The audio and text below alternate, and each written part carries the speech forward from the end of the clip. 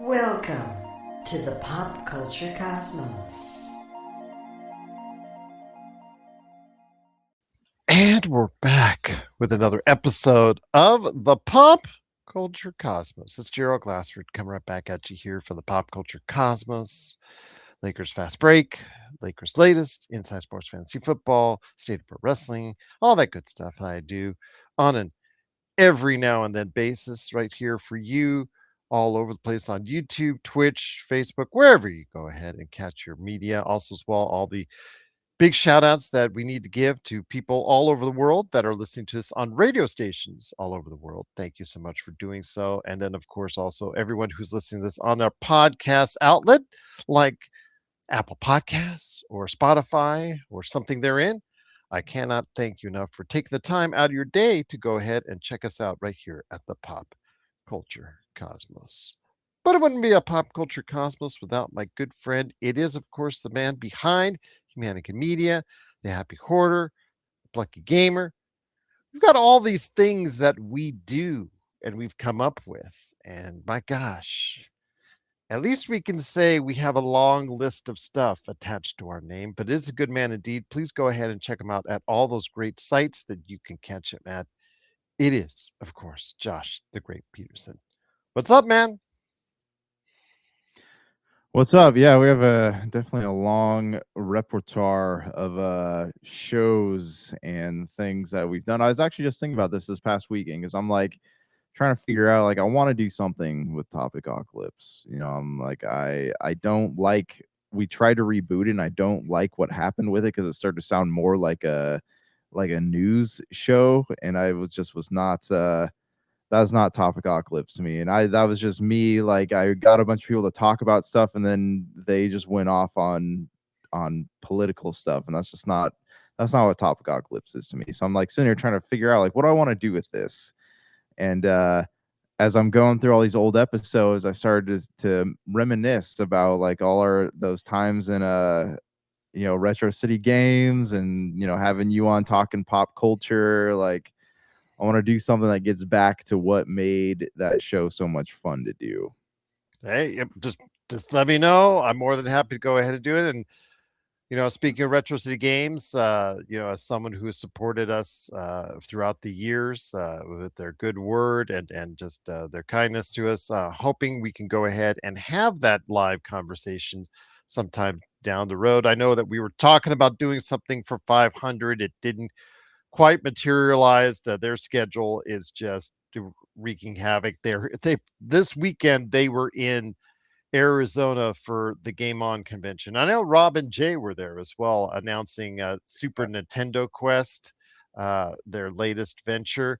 I'm hopeful for them because that's a tough market now. It's not what it was like when it was Nintendo Quest, my friend, when that was a great novelty and that was it. I talked to Rob about this live on the air and he kind of like poo-pooed me on it, and I'm just telling him, Rob, there are so many YouTube channels that do these things, so it's not as easy as it once was. And it's not like it easy now, but I guess Super Nintendo Quest, Jay is getting a certain amount of funds that is going to be given to him or he's going to work with in order to go ahead and try and get that out there as far as see if he can get the whole collection and whatnot. So it'd be interesting to see.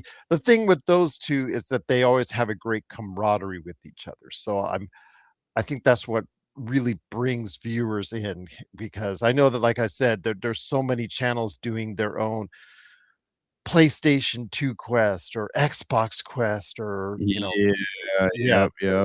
they're all doing their collection. Yeah. So, it's funny because like the Nintendo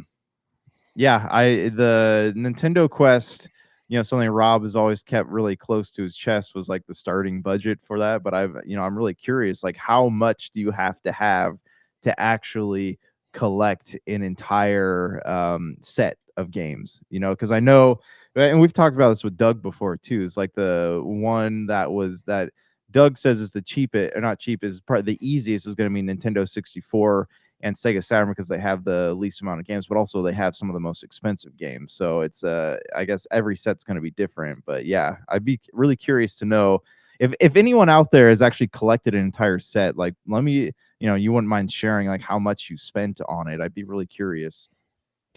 It is so tough though that it's not the getting the common, as you know, when you're collecting these things, it's always the high priced ones that Yeah. are an issue. So yeah, that's the intimidating part. So again, the dynamic of the twist in this is the dynamic between Rob and Jay. Their camaraderie, their interplay with each other is the key to driving their films when they work together. And that I think is the secret sauce for them on this, because again, the story matter has now been utilized and gone over now, on several occasions by YouTubers all over the place. But what makes their stuff better than the others is the fact that those two have such a dynamic because they've been lifelong friends and gone through highs and lows of life with each other. Mhm.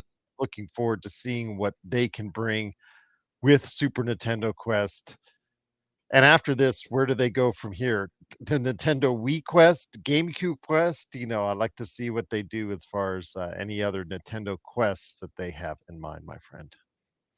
Yeah, I mean, they have to go backwards because there's not a lot of physical games being released, or not as many being released these days as there were now. So if you're to try to collect an entire set of like Xbox One or PlayStation 4 or 5, like most of the releases are digital. We could do a Nintendo Quest type deal if you want, my friend. We could do the Nintendo Virtual Boy Quest. That will take up a full 10 minutes. Right, right. Absolutely. Yeah. Just the only one we have to worry about is getting Snow Brothers, because that's the most expensive of all of them. But again, How our much is that best of one? what? Go ahead. I'm sorry. I said, how much is that one?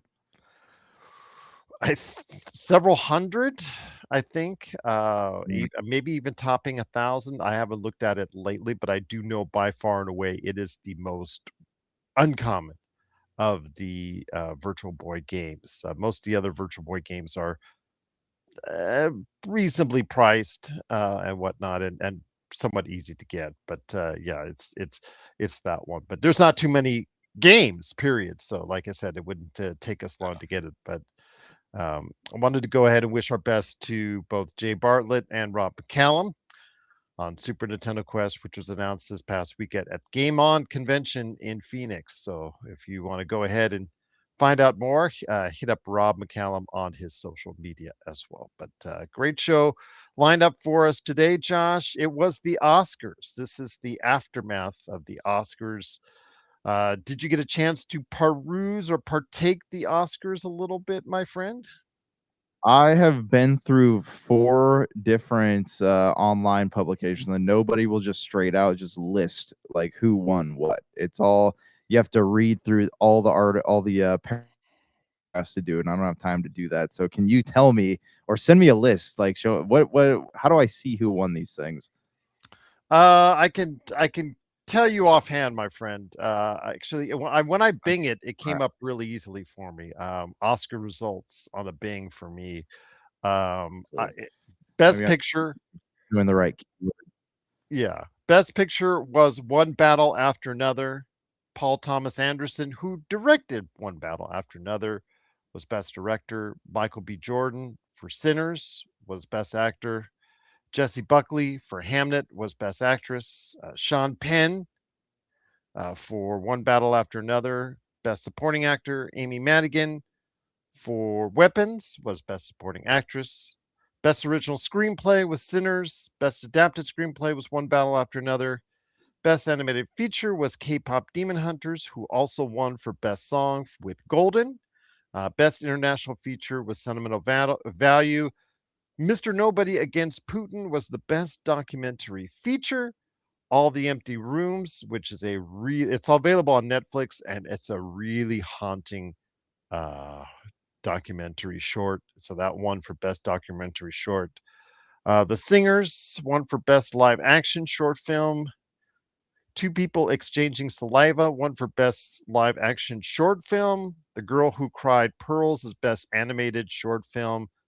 I mentioned Golden already. Sinners was the best original score. F1 was the best sound. One Battle After Another was best casting. Frankenstein, best production design. Sinners was the best cinematography. First woman ever to receive the award for best cinematographer.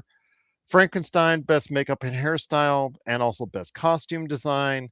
One Battle After Another was best film editing. Avatar, Fire and Ash for best visual effects. And then Debbie Allen, Tom Cruise, Wynn Thomas, and Dolly Parton won honorary awards for the Academy Awards, my friend. So those are the gist of it. But One Battle After Another took home the lion's share of the big awards, my friend. Your thoughts, my friend, first on One Battle After Another achieving some really good success with Paul Thomas Anderson, director, Sean Penn, who wasn't there to receive his award as best supporting actor, and then of course winning for best film. So I mean, I never saw the movie. Did you watch it? I have not yet seen it, but it was the highest rated movie on Metacritic last year, ahead of Sinners and ahead of others. As far as major Hollywood releases, I should say, I want to go ahead and cover my own bases on that. But it was at the time, I thought it was a shoe-in. When it got those tens all over the place, I just thought it was going to be a shoe-in. Paul Thomas Anderson has been someone with a background and pedigree. He had never won an Oscar, but has some of the most acclaimed films of this century, as far as already. So yeah, I thought it was just something where he was going to win. Sinners, again, was going to be very close. Sinners had the most nominations, and I think that's something that was not going to be underestimated, and that it got some awards too. I think 4 out of 16 or 17 nominations. So again, they had some winners as far as is concerned, especially for best original screenplay, and then for Ryan Coogler, and then also as well for Michael B. Jordan. So yeah, again, I thought it was distributed. Oscars doesn't like to do clean sweeps a whole lot. They like to share the wealth, kinda, sorta. So I'd see that as something that's fine. As long as F1 didn't win Best Picture, I think I'm okay. Yes. As long as F1 didn't win anything, I think we'll be okay. I Best mean, sound. yeah, Best sound. sound and cinematography, like if it sound and cinematography were great, but I mean, really nothing else about that movie was redeeming, I guess. Like that was it was a pretty movie, but it was pretty hard to watch.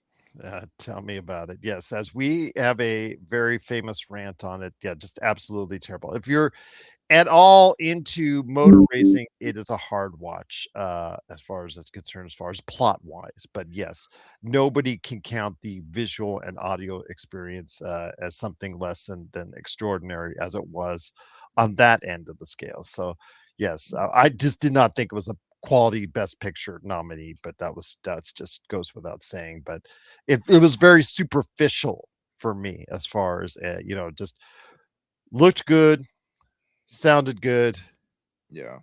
then you had the story, and then that's where it fell off from there. But again, uh, congratulations to all the winners of the Oscars. But I noticed also as well a lot of pushback to Timothée Chalamet. Now, supposedly the Timothée Chalamet comments that disparaging the ballet and the opera. I want to hear your thoughts on this. His comments disparaging the ballet and opera, paraphrasing that nobody goes to see those anymore, and I think that really got the ballerina and operatic industry really up in arms, and it got a lot of pushback, controversy. Supposedly, the polls were already closed when when those statements really started to become viral, so it didn't strike against him. But I know there's a lot of people laughing at him now for that, but I see him as a younger generation who just didn't grow up on ballet and opera. I mean, my dealings with ballet are with my daughters in ballet school. So that's the only real connection that I have to it as well. But with Timothée Chalamet, I think is it a Gen Z thing, you think, that they've just disassociated themselves for certain things that other older generations might have done in ballet and opera? Yeah, I mean, I'd say so. I mean, look at Timothy Chalamet, especially Timothy Chalamet. Like he started out as a gaming YouTuber. So I mean, I wouldn't. He's not the kind of person I can imagine sitting there watching ballets and operas. Like I know it has its fans, right? It has its fan base as everything else does, but like I don't think people should get all up in arms about him saying that. I mean, everyone else is flaunting their opinions all over the place. That's just his opinion. If you don't like it, then just ignore him. You know, it's not. I don't understand. Like I read about the all this backlash, and I really don't understand like why he's a kid. Like I don't understand why everyone's so up in arms about him He ain't saying. such a kid anymore. He's 30, you know. Oh, is he 30? Oh, man, geez. But yeah, I mean, yeah, that's You're getting old, my friend. oh my gosh, I know. But yeah, I mean, I honestly like I think all this vitriol that he's garnered over his thoughts on that, like I don't think it's that big of a deal. Is there any one particular category you saw as an upset of the major categories that you thought, okay, you thought there was going to be a shoe in for a certain picture or a certain actor or actress that didn't win on Sunday night? Honestly, man, no, because I have not watched hardly. I haven't seen the only movie that I've seen on any of these lists is Frankenstein. So I don't like I don't know. I don't know what any of this stuff is. You know, I know Marty Supreme and I know Sinners because I've seen trailers and I've heard people talk about them. But like this year's Oscars are somewhat beyond me. I feel like. When it comes to Frankenstein, you and I didn't think it was one of Guillermo del Toro's best, but the production design, makeup and hair. So, I mean, that's obviously a one that they're probably going to win because Frankenstein, right? You know, it's got a really good chance to winning best costume design, best production design, best production design. I know you were one of the few things you were high on, like me, was the color palette that they utilized in that film and the production design. Yes, a lot of it looked like it was studio. A lot of it looked like it was studio, like the scenes where they're outside the ship and you can see in the distance, but it just felt like it was a green screen. So I don't know, you know, which it wasn't exactly, they were not on location, you know, in Iceland or anything like that, but it just felt like it. So the production design was very beautiful to look at, very aesthetically pleasing. You know, maybe a little bit, how shall I say, just not as realistic as I wanted it to be. It looked a little fake, but again, it was so elaborate. The interiors were very elaborate to create that period in time. So yeah, I'd say Frankenstein deserved the things that it got because again, I just didn't think that was overall a great movie, but I thought it looked like a very well spent movie. You know, on that note, how did Avatar Fire and Ash get nominated for a best costume design? Like there weren't what were the costumes? Like what was that? Like that it's all computer animated. So what were the costumes? Your guess is as good as mine. I mean, there must have been some live action footage that was done. Not everybody had the mocap signs on, but maybe the soldiers look good. I Best can't. use of camouflage pants. I mean, I don't that really makes no sense to me. But the fact that it did win for the best visual effects makes it the third IP that won special effects 3 times because Yeah. it's won for all 3 movies. Lord of the Rings and also as well Star Wars have won previously 3 or more times. So yeah, I guess you could say. I mean, they have the cutting edge. Cameron is always one of the cutting edge and has gotten the cutting edge with Avatar. Was Avatar Fire and Ash cutting edge to the point we're saying you just wow?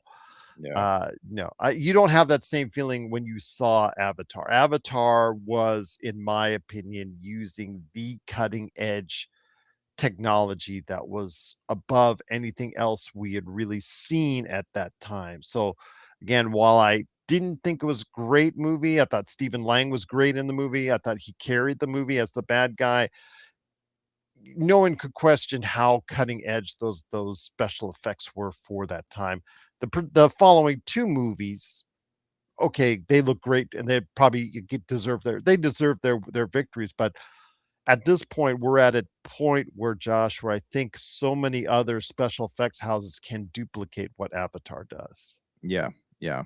To And an extent, I should say. and probably not take as much time in between putting movies out, I imagine. Yeah, absolutely. But is there anything else that you thought was surprising? I mean, Amy Madigan as the witch for weapons, I thought to me was you know, I knew going in she was considered a one of the favorites but the fact that she had gotten to that level in the first place for a horror movie, horror movies are usually not fared very well over the course of time with the Oscars. So to see her performance get appreciated, I kind of like that. I'm still mad about Stellan Skarsgård because the fact that he got dissed for Andor from the Emmys, didn't even get nominated, and he carried that series. And then he got nominated for Sentimental Value and didn't win either. So Yeah. I don't know. No love for Skarsgård, I guess. So Yeah. I mean, it seems like the Skarsgård brothers always kind of fall short of the award. he's the father. Yeah. Oh, sorry. Yeah. Yeah. Yeah, Stellan Skarsgård. yeah. Stellan Skarsgård is the father. Yes, he's the one that carried Andor, and then Sentimental Value.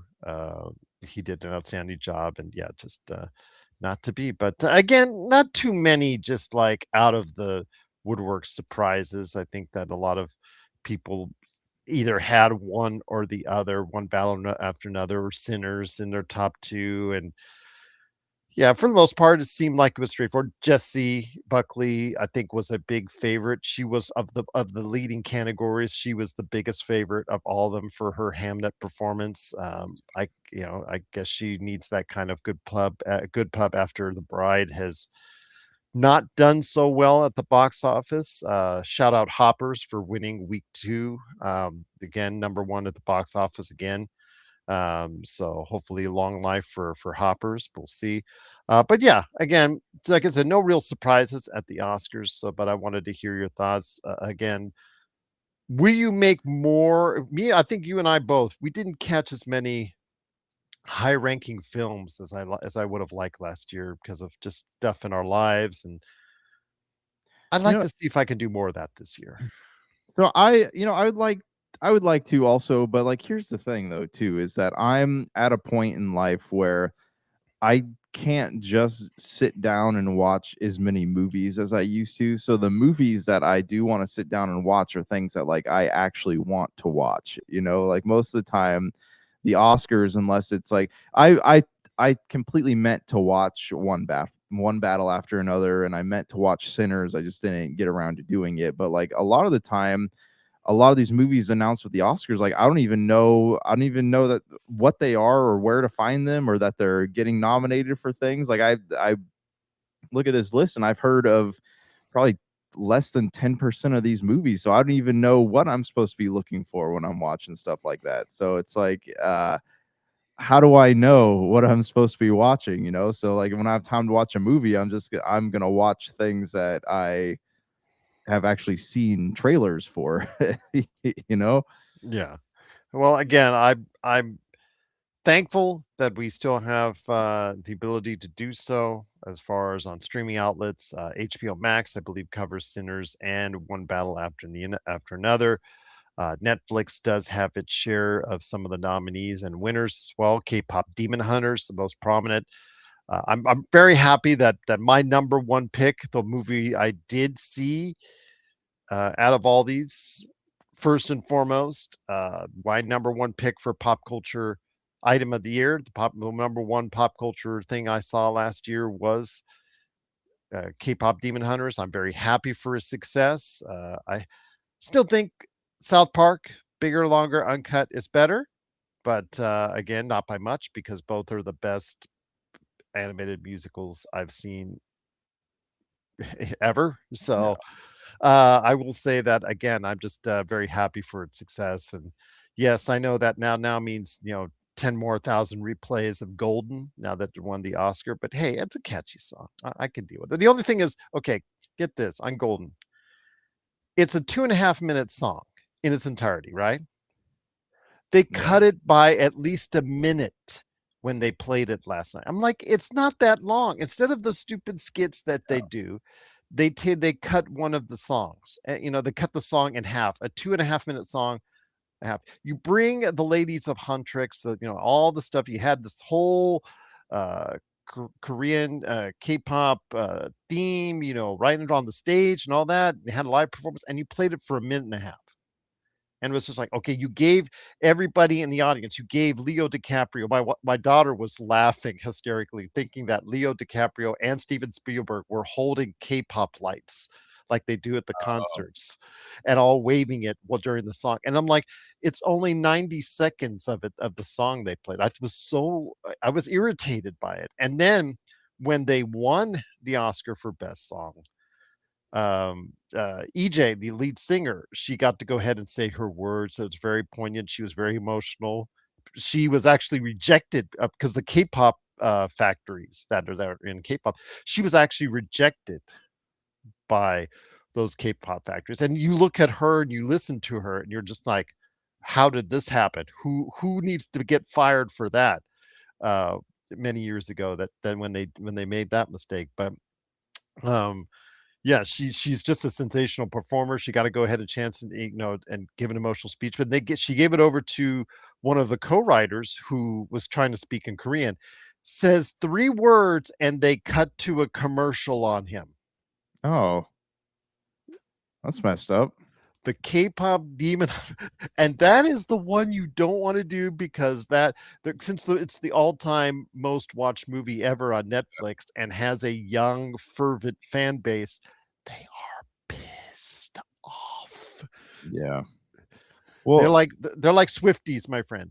They yeah. are pissed off. Yeah, and here's the thing too. I know we've talked about this before, but I mean, a lot of the Oscar territory or people who tune into the Oscars and attend the Oscars, it's an old money club, it seems like. So when you're doing something to damage your reputation with the young people, that's probably not the best move for the longevity of an award show that is quickly fading out of favor with people.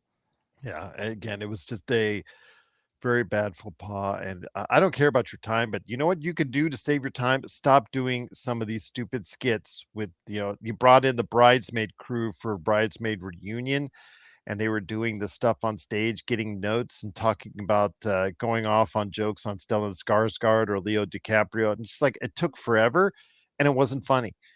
And these other Robert Downey Jr. and Chris Evans presented award, and they did a skit, and it bombed. It was bad. I mean, well, first of all, ABC was getting all of its ABC or Disney related projects as far as presenters, trying to give you the hint on many of things, just as far as because it would have like Sigourney Weaver and Pedro Pascal as presenters, and guess what they cut after when it went to the commercial? What? Mandalorian Grogu, of course. Ah, You see that? Yeah. So, yeah. okay, and that's fine. That's no problem. No problem. But enough with the skits. They took away from other things that you could have applied it to, like people giving honest speeches, just even 30 seconds of speech Yeah. instead of cutting them off, or a full song of Golden, which is only a 2.5 minute song. Yeah. And it's absolutely just was missed. Just the director, it was, that guy needs to just resign, not do it anymore. Yeah. The sound was actually bad at times. I don't know why. They just had mic issues all over the place there last night. Yeah. Again, not the finest of technical performances for the Oscars, but I enjoyed most of it. I enjoyed most of what I saw. Conan was good. Conan was pretty good in his brief times as host, Conan O'Brien. So yeah, I give him props for being a decent host, and again, it's just a lot of other stuff missed. But again, if you have thoughts on the Oscars, who won, who lost, who got snubbed, who didn't, who's a surprise, who you're happy for, let us know your thoughts. popculturecosmos@yahoo.com. Well, my friend, there's more to come right here on the Pop Culture Cosmos. It is Josh the Great Peterson along with me, Gerald Glassford. Thanks again for watching, listening. Truly appreciate it. I wanted to go ahead and mention before we get into some video game things and as far as music are concerned, I wanted to go ahead and get into the Yellowstone Empire as far as it's concerned. Yellowstone Empire with Taylor Sheridan. Absolutely just, I don't know. When it comes to what he is doing, because the Madison just came out this week, Josh. The Madison by Taylor Sheridan, executive producing. This guy is the most prolific television producer right now on the planet.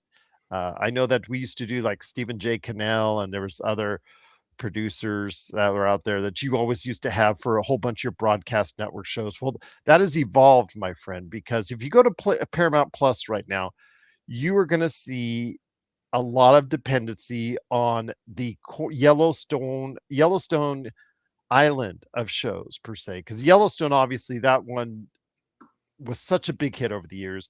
And then they've done spin-offs, 1883, 1923. They've got 1944 coming up. They've got Y Marshalls, Dutton Ranch, the Madison. These are all spin-offs of that huge success from Yellowstone. Have you been able to partake or dive into anything relating to Yellowstone? Because they also get all these top actors like maybe the ones in their twilight of their career, like Sam Elliott, Harrison Ford, Helen Mirren, Michelle Pfeiffer, just so many actors of note. Kevin Costner, of course, in Yellowstone before he had his falling out. I mean, we've talked about it on a couple of occasions here, but really, it cannot be understated how powerful that Yellowstone IP actually is and how much it encompasses. Yeah, so I've not watched it. I have, like a lot of other things, it's been on my list of things I mean to watch, and the Landman is another one I've been wanting to check out too. But that's been a huge success as well. Yeah, and I am it surprises the hell out of me, man, that when I keep hearing, like, I did not realize how vast this Yellowstone universe is. I didn't realize there's so many shows attached to this mainline show. So I didn't realize how big the universe was. But like and I'm glad he's managed to do what Game of Thrones has not done. No, it's now doing it, my friend. We're now full into factory mode on Game of Thrones. They're now putting out a ton of stuff on Game of Thrones. So all the Yellowstone stuff, though, from what I understand, has been pretty critically acclaimed. Whereas like Game of Thrones has had its it's been ups and downs. But the thing is, with Game of Thrones, yeah, we poo-pooed on it as far as that last episode in the last season, but with House of Dragons and now the latest one, the Seventh Kingdom one, that has garnered over 10 million viewers each episode, so it's a huge hit. People have been very forgiving to what they saw in Game of Thrones. Now there's like a prequel and a sequel and a movie in development for all as far as Game of Thrones now. That factory, okay, they heard your call about what Taylor Sheridan is doing. By the way, he also, guess what? You watched Landman, or you wanted to see Landman. Guess who executive produces that? Taylor Sheridan as well. So among the other things that he does. In fact, let's go ahead and get off the rest of his non-Yellowstone projects, and that includes Mayor of Kingstown, Tulsa King, Lioness, Landman, of course, Lawman. Bass Reeves was like a couple years ago, and The Last Cowboy. Yeah, just a few shows here and there, and Game of Thrones under the Paramount banner is going to explode a lot more out there, because they're going to give you a lot of Taylor Sheridan and a lot of Game of Thrones. Yeah, seems to be the two hot properties right now. But yeah, that's we'll see what happens, man. It's going to be crazy again, and there's people that want tens of millions of people that watch it. So all credit to them for giving them what they want. And again, it reminds me a lot of what we've seen before with NCIS on broadcast television, where you just find something that works and you exploit and make sure it's like a wet rag, and you're just trying to wring it dry of every single last drop of it, and just trying to utilize every single last drop of it. I mean, the FBI shows are all over the place on CBS, Chicago, series that are out there, NBC. They all do it to an extent. Once they find a success, they try to exploit it. Hollywood does as best they can. Oh, for sure, man. But we'll see what happens. But if you have any thoughts on the Yellowstone Empire, as I call it, basically that shows the success story of Taylor Sheridan, executive producing right now a ton of shows, just absolutely just having great success. Let us know your thoughts, popculturecosmos at yahoo.com. But my friend, as far as the gaming world is concerned, Slay the Spire 2, my friend. Did you think when you put it down as far as which game would be a success in the past 10 days, which one would be a bigger success? Did you have Slay the Spire 2 as a bigger success than Bungie's Marathon right now, my friend? No, but also like like we said before, I wasn't expecting Bungie's Marathon to be that great. So yeah, I don't know, man. Yes, that I did not, to answer your question.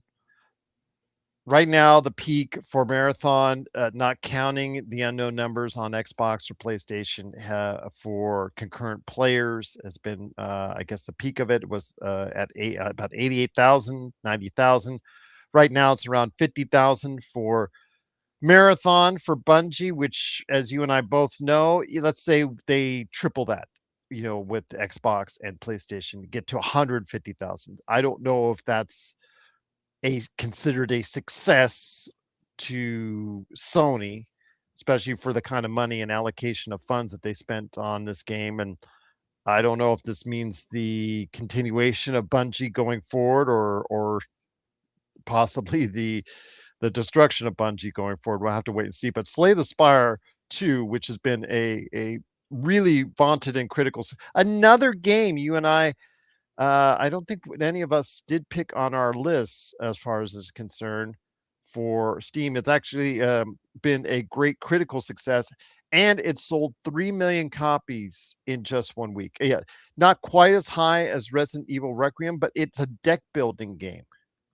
And it's had a peak of 575,000 concurrent players on Steam, which is 5 times what you've seen from Marathon. So again, it's a deck building game as compared to one of the most pedigreed, shooting developers, of the century.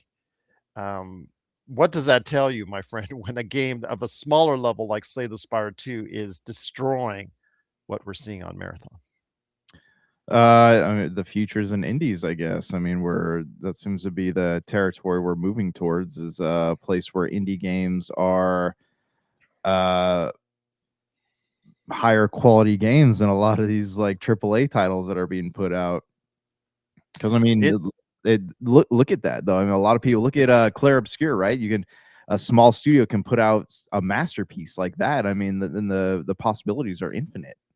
It is, my friend. So we will wait and see how this shakes out, but we could be reporting here in some point. I hope not. I hope I'm wrong. I hope I'm wrong so much, but Josh, but you and I have been talking about this in the video game industry now for years now, where, if it doesn't meet expectations, I mean, Sony just closed down Blue Point, which was a very well respected studio in its own right. And if Bungie doesn't meet the standards that Sony wants, by summer we could see some real problems at Bungie. And this is the Halo series. The Halo series, gives its start and its origin to a lot of these developers that are working at Bungie right now. And this could be a real problem because they could find themselves out of work in the not too distant future. Yeah. Yeah. I mean, yeah. Where is Bungie going? What is next for them? Next could be the unemployment line, and that's a problem. That's a problem indeed, especially the fact that it's not badly received.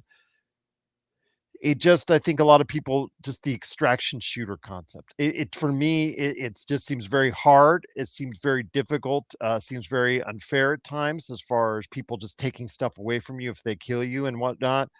And that extraction shooter genre, it's a favorite of some, and it's a hot thing right now. But Yeah. I really wish Bungie would just go back to telling those stories in a single player universe, and maybe making it a safer bet with audiences. Yeah. Yeah. I agree. I think that the extraction shooter is a genre that is not. It's starting to become overcrowded. So I don't know how smart it is to keep making stuff there. But also, like, Bungie needs to just make another Halo without making Halo. That's what they were good at, and that's what they need to keep doing. If that makes sense. Yeah. So I'm looking at yours and mine. No, there's no Slay the Spire 2 there. Fatal Frame 2 remake. That's right. That's I got Fatal Frame 2 remake as well. So I had a miss on mine so far. So with our update, Resident Evil Requiem, I got an 89. Fatal Frame 2 remake, I've gotten a 74. And Pokemon Pocopia with you got an 88. So I'm definitely going to have to see one right there that I'm going to have to probably hope that my one of my games, my alternates, replaces Fatal Frame 2 on that. So yeah, definitely concerning right there. Not a great way to go ahead and have that. And then yeah, no Slay the Spire 2. No Slay the Spire 2. But there's also one more game that is coming out this week with a lot of high expectations. You and I also didn't, and TJ did not pick as well, and that is Crimson Desert. Are you familiar or have seen anything of Crimson Desert, which is a big open world action RPG that has a lot of people talking about it as with a lot of previews that have made it looked very good so far? Yeah, I've seen the trailers for it, and I've seen the gameplay footage. It looks really cool. I know it's a big open world RPG, right, and a big MMO. Yes. So, Well, actually, no. It's just. I think it's just. It's not an MMO. I think it's just an open world. Open world. I don't see if it's a MMO, but it doesn't list itself as an MMO. I may be wrong on that, but I'll take it. It's not okay. So it was. Oh, okay. So I remember when this game was in like early development, it was planned as an MMORPG, but now it's just a single player open world action adventure game. So I mean, knowing that, I might actually have to check this one out because it looks really cool. I just didn't want to play it if it's just another dump your life into this game style thing. I am really intrigued by it. I kind of stayed away because I wasn't sure about the animation style and how it would look. So I didn't know if it would actually, getting the whole vibes from it type deal. But it looks a lot better in its final trailers leading up to the game's release this week. And I think it could be, we could be, you talked about Expedition 33 and Slay the Spire 2 has obviously reached that level of indie success story. But this in Crimson Desert, we could be also talking about a possible big hit, surprise big hit of the year in video games, my friend. Yeah, I absolutely, I agree. It looks. No, I mean my tunes changed to it now. I thought that, like I said, I thought it was an MMO. So now I think I'm gonna have to sit down and check this one out. Well, there you go. It is Crimson Desert. It is coming out to all the different formats: Xbox Series X, also PlayStation 5. So go ahead, and also PC as well. So go ahead. Let me hear your thoughts out there on Crimson Desert. Do you plan to go ahead and get it this week? I am interested in seeing what this game can do because I might have to pick it up. I know I'm trying to focus in on one game coming in as far as getting in May. I'm looking at trying to get First Light 007. That's probably what I'm going to try and key on. But Crimson Desert up until that time, because I just finished going back in the retro world and finished Sleeping Dogs. I just Yeah. finished that campaign. I don't know if you have any good memories on Sleeping Dogs, my friend. No, I actually never played that. Oh, Brian Kane and Big Dog were really into that one for a while, though. Yeah, again, I really liked it. At the end, it's good because by the end of the campaign, I was getting a little weary of all the side stuff, which, became a little bit redundant at the end. I wish they had variated a little bit more, but I can see why Simu Liu has been in recent years talking about wanting to adapt this to that type of medium, as far as it's concerned. So, a television or movie medium. So I definitely see why he did it. It's got a nice story, predictable twists, but still, if for a video game in 2014, it was or 2012, 2014, it was actually pretty good as far as it's concerned at the level of what it needed to do. So yeah, if you have a chance, go ahead. It was $3 for the ultimate edition. So if you guys out there want to go ahead and kill 40 to 60 hours, it's right there for you. But yeah, I may be able to think about Crimson Desert here coming up. So yeah, if you have thoughts out there, let us know. Pop Culture Cosmos at yahoo.com. But my friend, before we head on out, before we get to the MCU review, I wanted to give everybody an update on the Firefly tease that they gave last week. It has turned out to be an announcement that Firefly is coming back.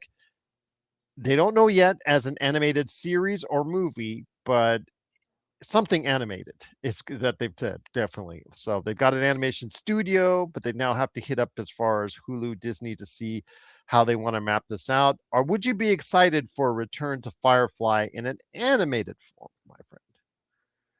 No, no. Okay.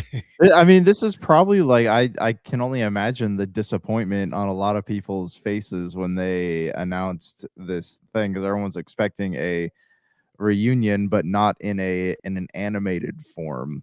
Like that's what it's one of those things where like you're expecting like a sequel and then they announce a prequel. It's just it's like, oh yeah, cool, there's more, and I'll watch it, but it's not what I wanted. I think it's a sequel. I think it is a sequel, to be honest with you, that it takes place, but But it's um animated though. Like that's the yeah. thing. It's not the medium that people were wanting. It worked on Star Trek, though. I mean, they got the series canceled. They came back as an animated series and renewed life and interest in it, to the point where Star Trek IP kind of. I mean, a lot of people point to that animated series as the reason why Star Trek still lives to this day. So, or maybe still living to this day. We have to wait and see. But yeah, if you have thoughts on the Firefly animated something, whether it's a series or a movie, they've not. Nathan Fillion said they're not sure exactly where they're going to go with it, but they do have a commitment on something in the animated world. Let us know your thoughts. Popculturecosmos at yahoo.com. But speaking of animated series, Invincible season 4 comes out this week, my friend. It's a busy week because they got Project Hail Mary on the back end. I think that's going to really do well at the box office. So at least one of my fantasy picks is going to do well. Yeah. Your thoughts, my friend, on Invincible season 4 coming up this week? Is this the penultimate season or is this leading towards that? I think it's leading towards that. I think that it's at least one more season. We know that The Boys season, when that comes up, I believe next month in April, that is done. That will be the last episode of The Boys. But I think the Invincible, it's leading up to it. They have not, to my memory, said it's going to be the final season. Okay, all right, yeah, but yeah, I mean, I like Invincible. I got to catch up on the last couple seasons, but same thing with The Boys. Like I got to just find time to sit down and just knock out a lot of these shows that I've missed over the past couple years. You and I both, my friend. You and I both, and I actually got to catch up a lot with the Amazon stuff too, as well, here in the not too distant future. But for those that do have Amazon, that love their Amazon indeed, please go ahead and check out Invincible season 4 that's coming out this week. If you have thoughts, popculturecosmos at yahoo.com. And speaking of catching up on television shows, I am I guess 2/3 of the way through. 6 out of 8 episodes done, and in season 2 of One Piece. I had to rewatch the first couple episodes because it didn't hook me like it did the last time around in the last season a couple years ago. But once I did, I think by episode 3, it really started to hook me. But this world, this manga is so absurd because you have people that look like they're dressed up and acting like it's Lord of the Rings, Yeah. alongside people that are driving cars and wearing jackets that that look like they're out of the just I don't know, the North End. Just it just is so crazy as far as that's concerned, because like out of an RMI sporting goods store or whatnot. But yeah, it's just crazy that this world, this manga exists, where normal things in our society now are mixed in with fantasy elements, and of course Luffy trying to become the king of the pirates and get the One That's Piece. right. Yep. Yep. So, have you been able to get a chance to catch up on it yet, or do you plan to? I plan to. I just haven't gotten a minute to do it. Yeah, it's hard for me to watch TV these days, man. I'm gonna fall asleep every time I sit down. I did on the first couple episodes. To be honest with you, so I had to rewatch it again, but it's grabbed me from the third episode on this time around. So Yeah. I'm hearing good things. I hear it's really good. So we'll see what happens, my friend. But yeah, I will say this: we talked about Frankenstein earlier with the production design, and looked like Netflix spared no expense. yeah, If you watch it, just put this in mind. It looks like Netflix spared no expense. It looks like one of those $200 million productions for One Piece. And it just, again, I will never fault Netflix for not wanting to get behind a show and yeah. spend a lot of money on it. Oh, for sure. Yeah, absolutely. So, what are your thoughts out there on One Piece Season 2? Let us know. Popculturecosmos at yahoo.com. And before we get to the MCU review, I wanted to go ahead and talk about a little bit of music, Josh. I didn't get to mention last week, but the Billboard Top 100 charts, Bruno Mars debuted at #1 with his latest album. I know that my wife and daughter are excited to go see a concert that hopefully he will have later on this year in Las Vegas at the stadium. But I wanted to also mention as well, BlackPink put out their latest K-pop album, which reached the top 10, and Gorillaz, who had Mhm. a great Saturday Night Live performance. I think this about to you last week. You need to check out the Moon Cave 8-minute video that they did, because it might be on the Oscars shortlist for animated short film next year. Oh, nice, man. Yeah. Well, um, It's an ode to Disney's Jungle Book, but it is really well done. And the whole Gorillaz concept about this mythical group that they created out animation and whatnot. So, but they make really good music, and I'm just again they were a big hit on SNL with Ryan Gosling last week. yeah. Yeah, I actually had a chance to go back and catch that performance. So yeah, it was really good. It's funny, like I've not watched or kept up with the Gorillas over the years, but I think they've still got it, man. They do. They do. They really sound good. Again, one of their better songs that they put out with Moon Cave. If you want to go ahead and check it out, it's available on YouTube and also Spotify. So go ahead and check it out to Apple Music as well. So yeah, I'm really a big fan of the Gorillas, of Gorillas, I should say. You can't say the Gorillas. So go ahead and share your thoughts out there. Bruno Mars, Blackpink for the K-pop, as far as that's concerned, and Bruno Mars, his success doing on a lot of duets with other people. Now he's doing something back on his own, and it hit #1 on the charts. And Gorillaz also reaching top 10 status with their latest album. So go ahead and let us know your thoughts. Popculturecosmos at yahoo.com. But my friend, 6 minutes left. It is time for that MCU review. Okay, so today we're at the Amazing Spider-Man. So you remember this was a weird time. All right, we had everyone was like, when Spider-Man coming back to the screen with Avengers? Everyone's like, oh, Tobey Maguire is gonna be coming into the MCU. Didn't happen, right? And then there's talk of like Spider-Man 4, where Vulture was the villain, didn't happen, right? It's supposed to be played by John Malkovich originally. Remember when they announced that casting? Didn't happen. So now then we find out that they're going to completely reboot Spider-Man. Everyone's like, oh, are they going to tell the Uncle Ben story again? And yes, they did.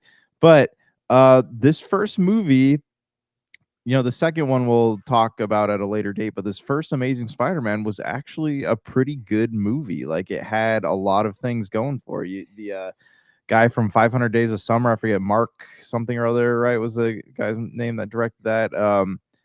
He did it, or no, was it? Who directed? As far as the Amazing Spider-Man? Yeah. I'll look it up. Go ahead. But anyways, yeah, he did a good job of, like, the movie was Mark Webb.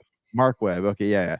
So the movie was not just about Spider-Man or Peter Parker. It was like a coming of age superhero movie, and that was something that we've never seen done before, right? Because all these superhero films have all captured different moments in time for these superheroes, just specific moments. Whereas with Spider-Man, we see him like growing up and dealing with life. Like, this movie captured all that stuff, and the soundtrack was great. Like, it was a really great movie. So I really don't know like where 2 went off the rails. And again, we'll talk about that when that movie gets here. But like, this was a good movie. It was a good movie. I think so. I agree. It was a pretty decent movie. I mean, maybe the villains didn't quite meet up to the standards, I think, from previous villains per se. But I thought the story was okay. And again, Andrew Garfield is an underrated Spider-Man in my books. Yeah. I think so too. I mean, I don't think that each of the Spider-Mans had something different going for him, so it's hard for me to compare them. I like Andrew Garfield the best, but also is a completely different movie. Like, I don't think Andrew Garfield could be Tom Holland Spider-Man. I don't think Tom Holland could have been Andrew Garfield Spider-Man. I don't think either of them could have been the Tobey Maguire Peter Parkers. Like, I think that each of these actors handled the movies that they were given really well. So there it is, as far as the Amazing Spider-Man. Again, I think it was a really solid effort. Again, I think maybe the villains might not have met entirely up to the standards of previous and following villains per se, but again, Andrew Garfield, I think the reason why he really got a lot of shine and a lot of favoritism as far as people liking him when he came back for that role along with Tobey Maguire alongside Tom Holland, was the fact that people started to appreciate his work more. And I know that Sony was not happy with the end result financially of the 2 Spider-Man films with Andrew Garfield. I mean, I think they both were like $700-800 million, but it just shows you that that was unacceptable to them. They brought Tom Holland in there, and to their they were right. That's all I can say, is they were right. Yeah. Well, what's funny is that, so I had read somewhere that Andrew Garfield, actually, Sony was originally talking about bringing Andrew Garfield Spider-Man into the MCU like they did with Tom Holland, but the stipulations were that he would have to sign on for another 6 movies, and he was like, I don't know if like my career is in a place where I can be in a holding pattern for 6 movies, so he ultimately decided that probably wasn't the best thing for him. Again, I think that when it comes to Amazing Spider-Man, you're right. So if that's the case and he decided to move on from that, I wish that would be clarified.